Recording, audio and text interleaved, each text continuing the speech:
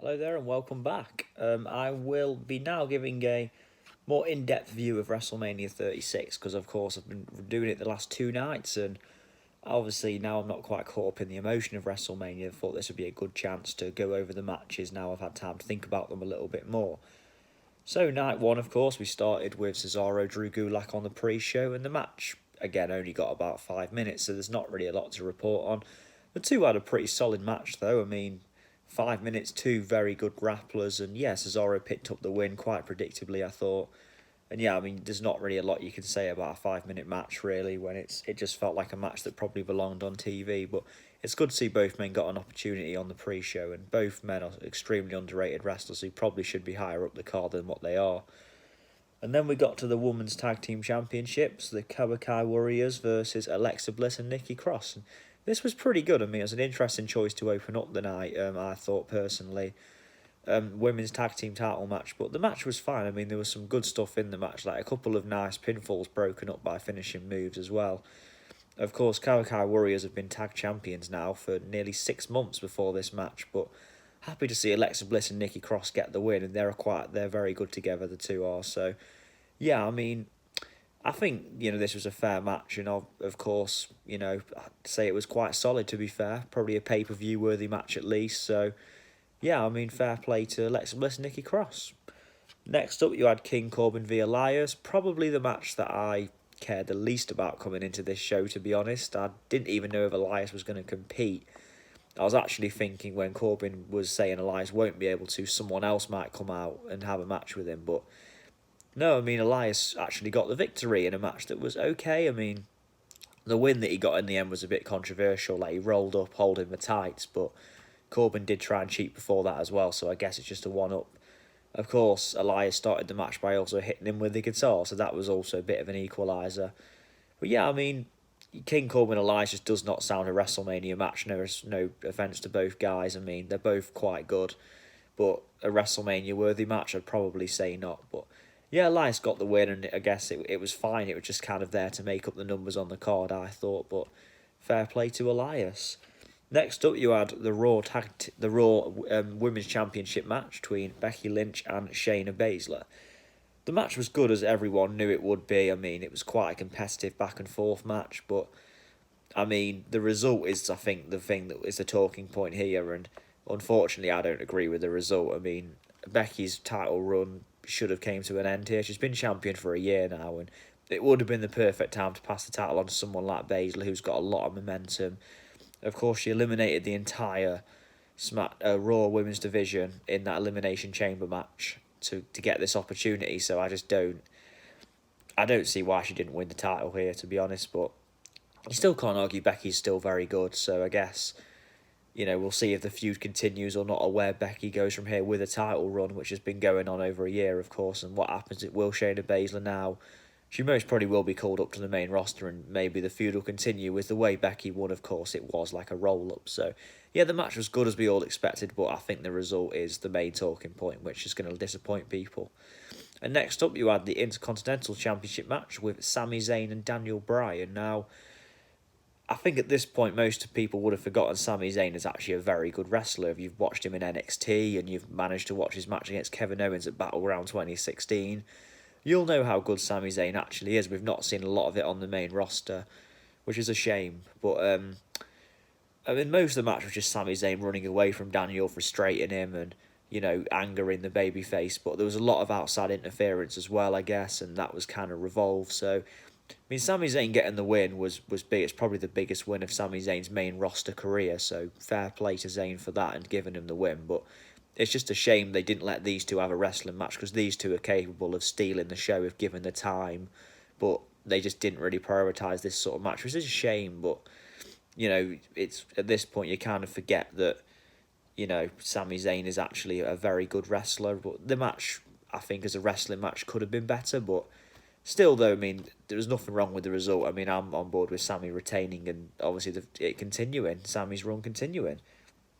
Next up, you had probably my favourite match of night one, John Morrison versus Kofi Kingston versus Jimmy Uso. Now, this was actually for the Tag Team Championships.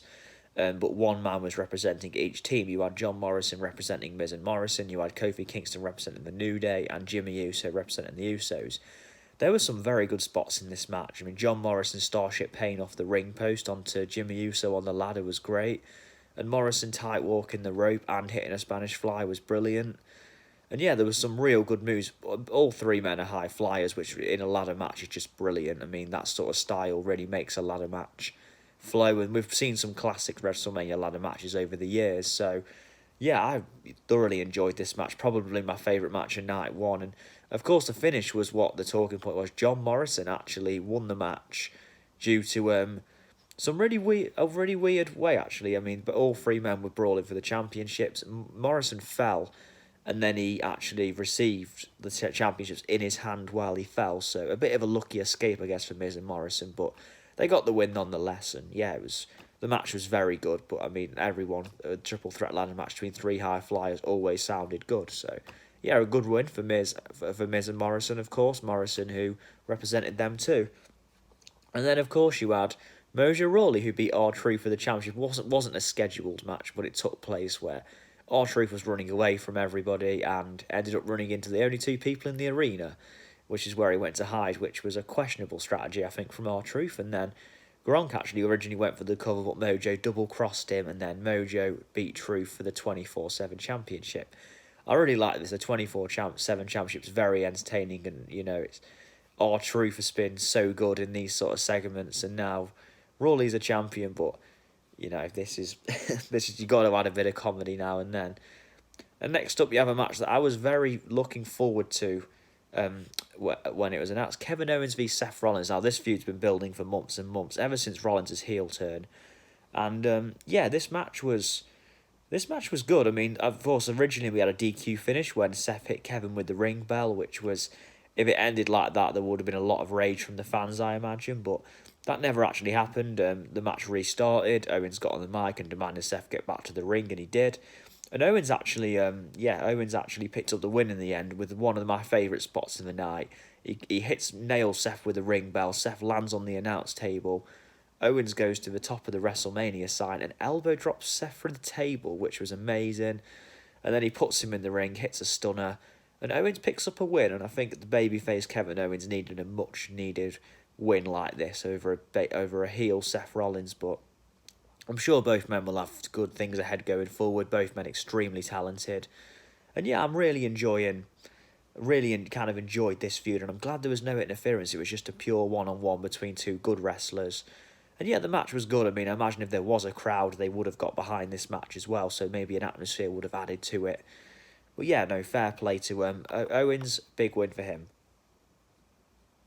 Next up, you had Goldberg versus Braun Strowman for the Universal Championship, and I personally am never a fan of Goldberg matches. I think they're short, they're just finisher fests.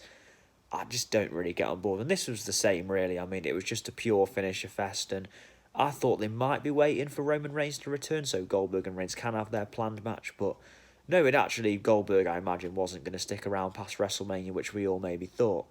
But yeah, Goldberg actually hit 4 spears originally, and I thought they were going to just maybe squash Strowman and make him look silly, because every time Strowman seems to have a shot at the big title, he always seems to fail within a few minutes. But no, Strowman responded with 4 power slams to become the new Universal Champion, and Strowman's not had much momentum at all in the last, year or so now, I'd say, a long time. So just randomly give him the Universal Championship seems a big call, but one that, I think you can say fair play. I mean, it's good for Strowman, and see what he does with the belt going forward. I don't know how long he's going to hold it, but Strowman has deserved the Universal title, even if, his momentum was at its highest a couple of years ago.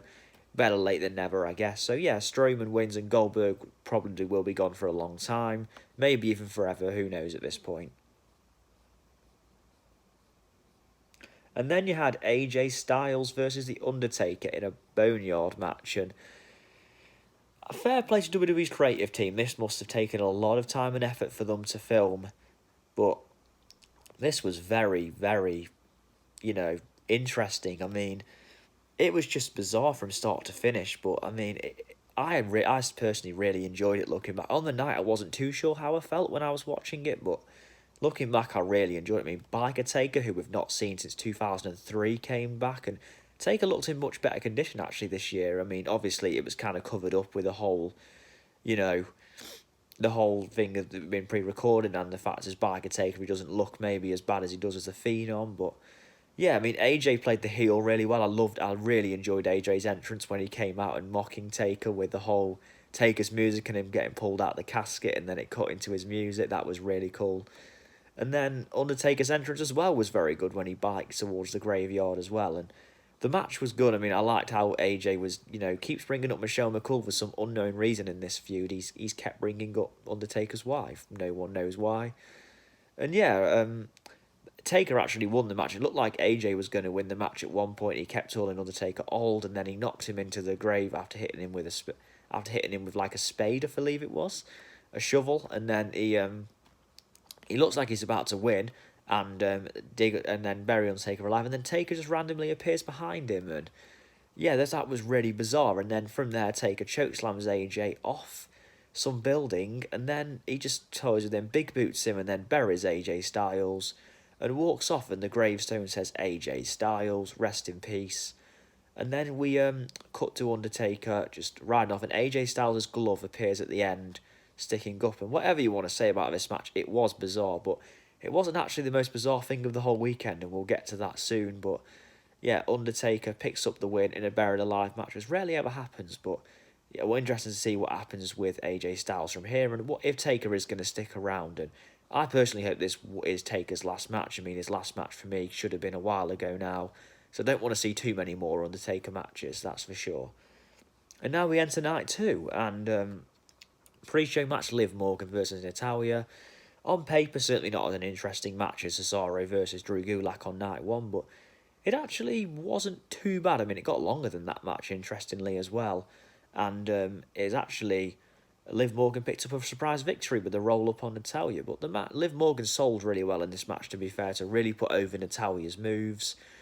But yeah, I mean, overall, Liv Morgan, again, this was more of an excuse to put both people on the show, I guess. But fair play to Liv Morgan, probably the biggest win of her singles career.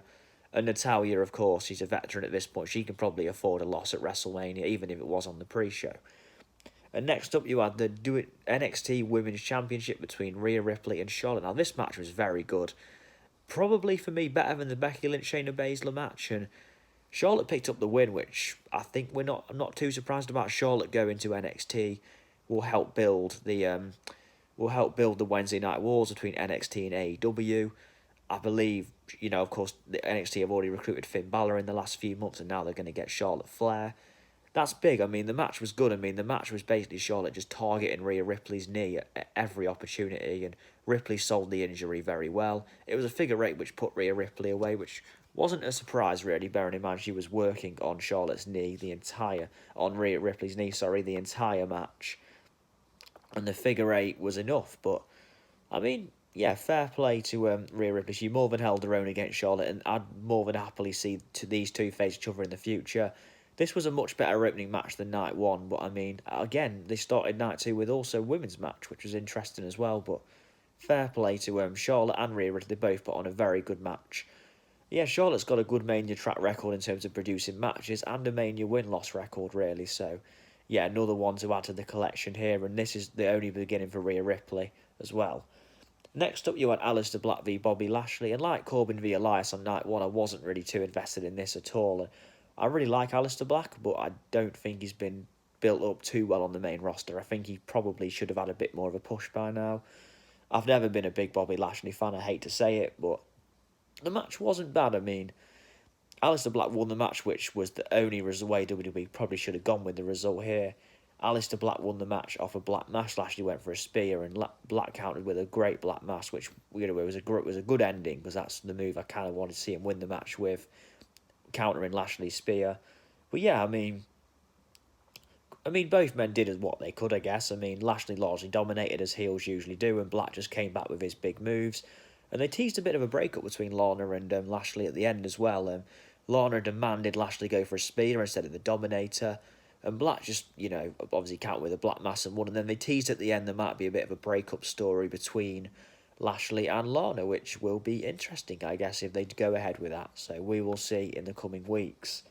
Next up, you had Otis versus Dolph Ziggler, which is a bit of a love story soap opera, of course. A feud started on Valentine's Day when it was found out on SmackDown that Sonya Deville, and Dolph Ziggler kind of set it all up and basically went out to hurt Otis. And then, but yeah, the match was back and forth a little bit, and then, of course, the main story was Mandy Rose returning, which did happen.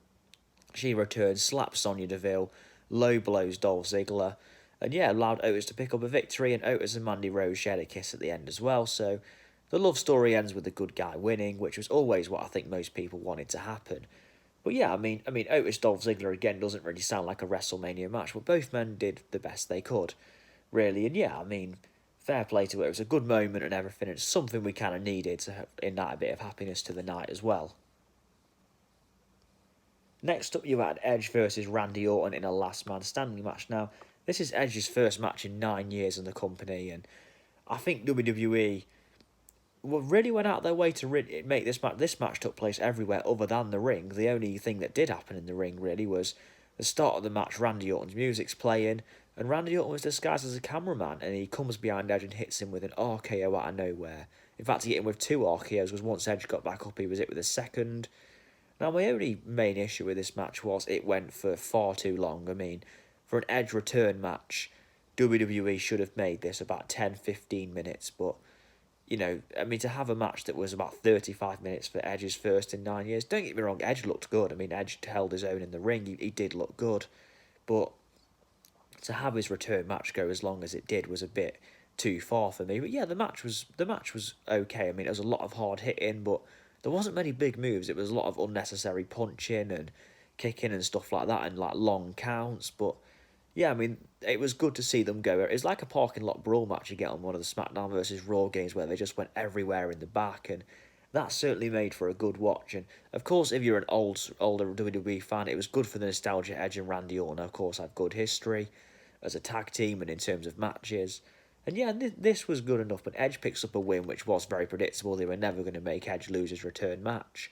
But yeah, in the end, Edge prevails, and I think the match was too long, but I still enjoyed the whole going backstage and fighting in the gym and on top of the production truck. I think it was good, but yeah, I think the match did go a bit too long, and it was quite draining. Which brings us to our next match, which was the Raw Tag Team Championships, where the Street Profits took on Angel Garza and Austin Theory. Now, I don't know a lot about these two teams at all. I've watched a bit of the Street Profits, and they're very exciting in the ring, as they are entertaining anyway. But yeah, the match was good. It was very fast paced, which made up for the long drag of the last match we had. And yeah, it was actually they retained, the champions did, in the end. After the match was when the heels attacked the baby faces off of their bitterness due to the fact they lost. And then Selena Vega hit them with a super kick, but then Bianca Belair come out to make the save. And then this probably means Bianca Belair will debut on the main roster from now.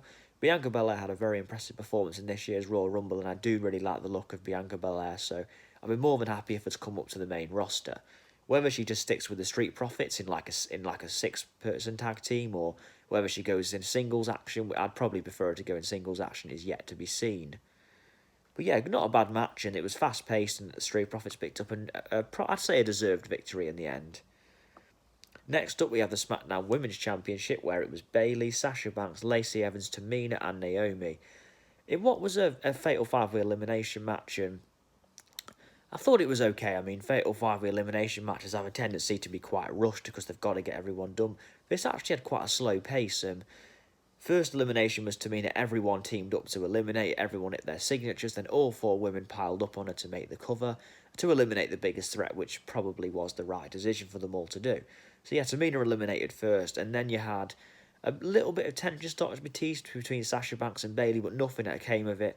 And then Sasha Banks hit the backstabber into the bank statement and forcing Naomi to tap out. And Naomi was eliminated, and we're down to 3.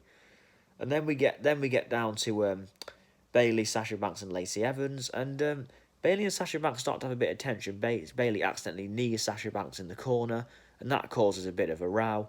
Bayley goes to save Sasha Banks, but actually forces it into a woman's right from Lacey, probably the best woman's right I've ever seen, and then that allows Lacey to make the cover and eliminate Sasha Banks. And Sasha Banks remains lying on the outside of the ring for a long time, which makes you think she's going to have a part to play in the finish of this match. She actually does, but she doesn't cost Bayley. She actually wins the match for her. She hits Lacey with the backstabber, and then but allows Bayley to pick up the victory.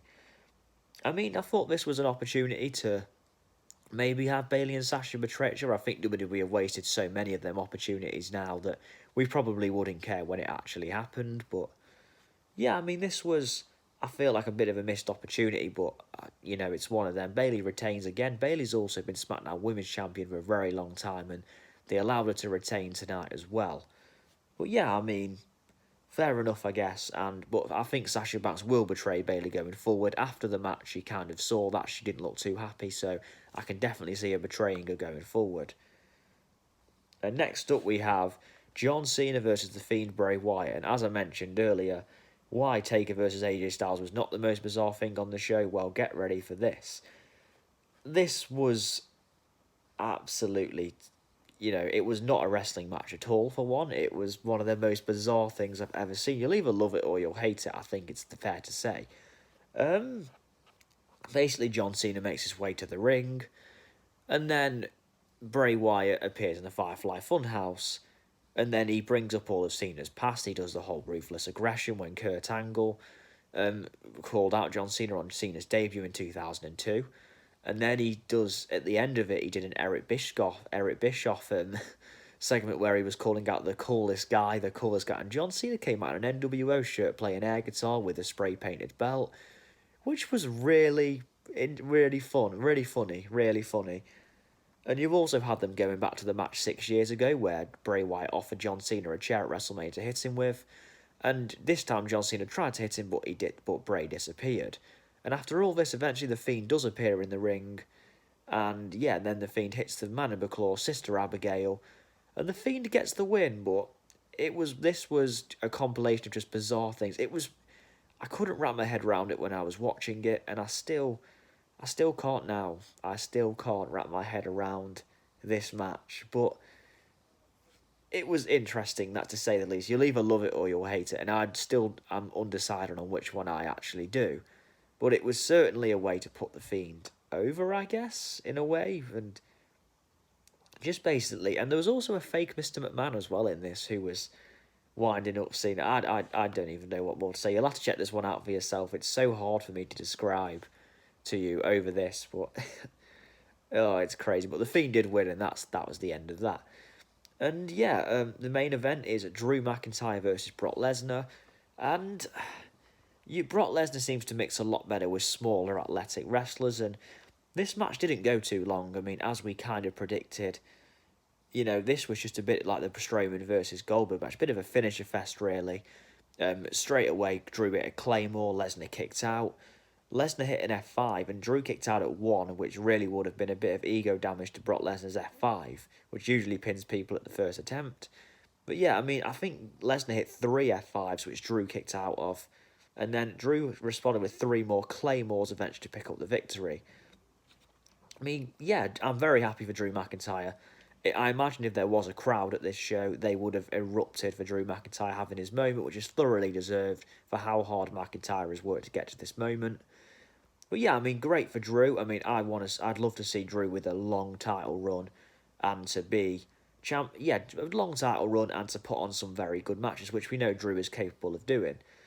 Yeah, I mean, the win looked like it meant a lot to Drew. He really sold his title victory as an emotional moment, and it kind of made you feel like Drew was a hero. What happens with Brock from here is yet to be seen. I always think after a Mania loss he's going to disappear, but he always seems to come back. So it's interesting to see what actually does happen now with Brock. But, I mean, yeah, we'll just have to wait and see. And as a whole, I'm not going to say rag on it too much. I've heard mixed reviews online. I've heard people saying it's the worst WrestleMania they've ever watched. And I've also seen people say WWE put on a good show in the circumstances. I agree. I think WWE really went out their way to put on a good show in the circumstances. I thought it was fine. I thought this show was it's pre-recorded, of course, so it did have WWE make time to crop out all the errors they did beforehand. Yeah, I mean, the show was good enough. I thought it was a decent show they put on, and it's going to be a WrestleMania we're going to look back on in a few years, and it's always going to be something that was different and something that's unique. So yeah, you've got to give WWE credit for still going ahead with it and still trying their best to put on a show for their fans watching at home. Yeah, I mean, there's not really a lot to argue with on the show overall. I mean, it's a difficult one to grade, of course, because the lack of fans, the lack of atmosphere really hurts. You know, because fans make the shows and the wrestlers feed off atmospheres. Even fans at home feed off atmospheres in the arena. But it just didn't. That sort of thing did definitely hurt it. But I think in the circumstances, the show was fine, and I think, you know, we're going to look back on this in about 10 years' time and go, remember that WrestleMania when this and this happened? And they really made the most of not having fans, as in they did the Boneyard match, they did the whole Bray Wyatt thing, and the Edge and Randy Orton match mainly took place everywhere other than the ring, which, if they had fans, they wouldn't have been able to do that. So fair play for them to go for something different. And I think it's spread over 2 nights was a good idea. One night has really hurt the match quality, because so many matches have just been pushed aside for like a 2 or 3 minute squash. So fair play for WWE for going with that, and I think the match quality wasn't too bad either. There wasn't necessarily many bad matches. There were some that were just okay and just felt like they were there for the sake of it, but there wasn't really many bad matches. But yeah, overall that was WWE WrestleMania 36, and the next pay-per-view I believe is Money in the Bank, which hopefully I'll also be doing a live commentary on and a review afterwards as well. But yeah, I mean, fair play to WWE overall, and I'm glad with everything going on in the world at the moment, we all got the opportunity to watch WrestleMania this year, and it wasn't delayed. But yeah, I mean, but then again, on the flip side, maybe it might have been better in a way if it was. But yeah, I mean, yeah, please like, share, and subscribe to the channel, and hopefully I'll bring you more videos in the coming future. I think in the next few days I'm going to move on to the football side of my channel a little bit more and be doing some football articles that I've written as well. I will be reporting on YouTube. But thank you for all for watching, and I'll see you soon.